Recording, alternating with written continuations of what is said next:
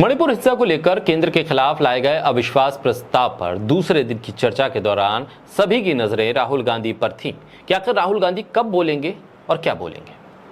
हालांकि बीजेपी की उम्मीद थी कि राहुल गांधी सबसे पहले बोलते हुए चर्चा की शुरुआत करेंगे, लेकिन ऐसा हुआ नहीं। राहुल गांधी की जगह चर्चा की शुरुआत तरुण गोगोई ने की। हालांकि राहुल सदन में मौजूद थे, लेकिन पहले दिन वो कुछ नहीं बोले और दूसरे दिन जब वो बोले तो हंगामा खड़ा हो गया। बोलता हिंदुस्तान पर मैं हूं आपके साथ पिरसा शाकरैली पे। अविश्वास प्रस्ताव पर दूसरे दिन की बहस शुरू हुई। राहुल गांधी ने अविश्वास प्रस्ताव पर अपनी बात रखी और भारत जोड़ो यात्रा के अनुभव के साथ अपनी बात रखनी शुरू की। राहुल गांधी ने कहा कि प्रधानमंत्री मणिपुर नहीं गए क्योंकि उनके लिए मणिपुर भारत में नहीं है। राहुल गांधी ने यहां तक कह दिया कि मणिपुर में हिंदुस्तान की हत्या की गई है। राहुल गांधी ने कहा कि बीजेपी ने मणिपुर को 2 हिस्सों में बांट दिया, उसे तोड़ दिया है।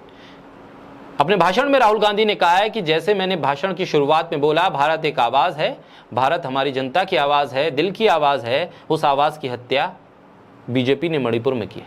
इसका मतलब बीजेपी ने मणिपुर में भारत माता की हत्या की है, मणिपुर में भारत माता के कत्ल किया है, मणिपुर के लोगों को मारकर भारत माता की हत्या की गई है। राहुल गांधी ने सीधे सीधे बीजेपी और मोदी सरकार को देशद्रोही बता दिया और कहा कि आप देश प्रेमी नहीं हो सकते, आपके प्रधानमंत्री मणिपुर नहीं जा सकते हैं क्योंकि उन्होंने हिंदुस्तान की हत्या की है, भारत माता की हत्या की है और भारत माता के रखवाले आप नहीं हैं। राहुल गांधी के भाषण के दौरान टीका टिप्पणी भी होती रही। इस दौरान स्पीकर ओम बिरला ने राहुल गांधी को टोका भी और कहा कि आदर से बात करनी चाहिए। इस पर राहुल गांधी ने कहा कि मैं अपनी मां की हत्या की बात कर रहा हूं, मैं आदर से बोल रहा हूं। हिंदुस्तान की सेना मणिपुर में एक दिन में शांति ला सकती है, लेकिन आपने उसका इस्तेमाल नहीं होने दिया क्योंकि आप मणिपुर में भारत माता को मारना चाहते हैं। पीएम मोदी को लेकर राहुल गांधी ने जिस तरह से कटाक्ष किया है, उसके बाद हंगामा खड़ा हो गया।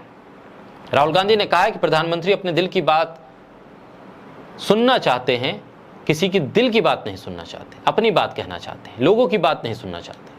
राहुल गांधी ने अपने भाषण के दौरान रावण का जिक्र किया और कहा कि रावण 2 लोगों की सुनता था, मेघनाथ और कुंभकर्ण की।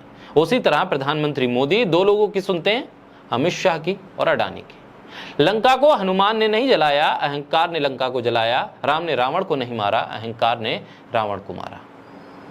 राहुल गांधी ने कहा है कि आप पूरे देश में केरोसिन फेंक रहे हो, आप हरियाणा को जला रहे हो, आप पूरे देश को जलाने में लगे हो।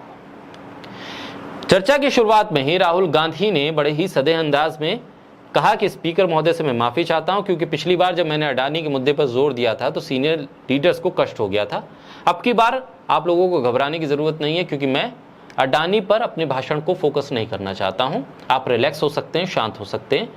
आज मैं दूसरी दिशा में अपने भाषण को ले जाऊंगा। राहुल गांधी ने कहा कि रूमी ने कहा है कि जो शब्द दिल से आते हैं वो शब्द दिल में जाते हैं, तो आज मैं दिमाग से नहीं दिल से बोलता हूं और आप पर आक्रमण नहीं करूंगा।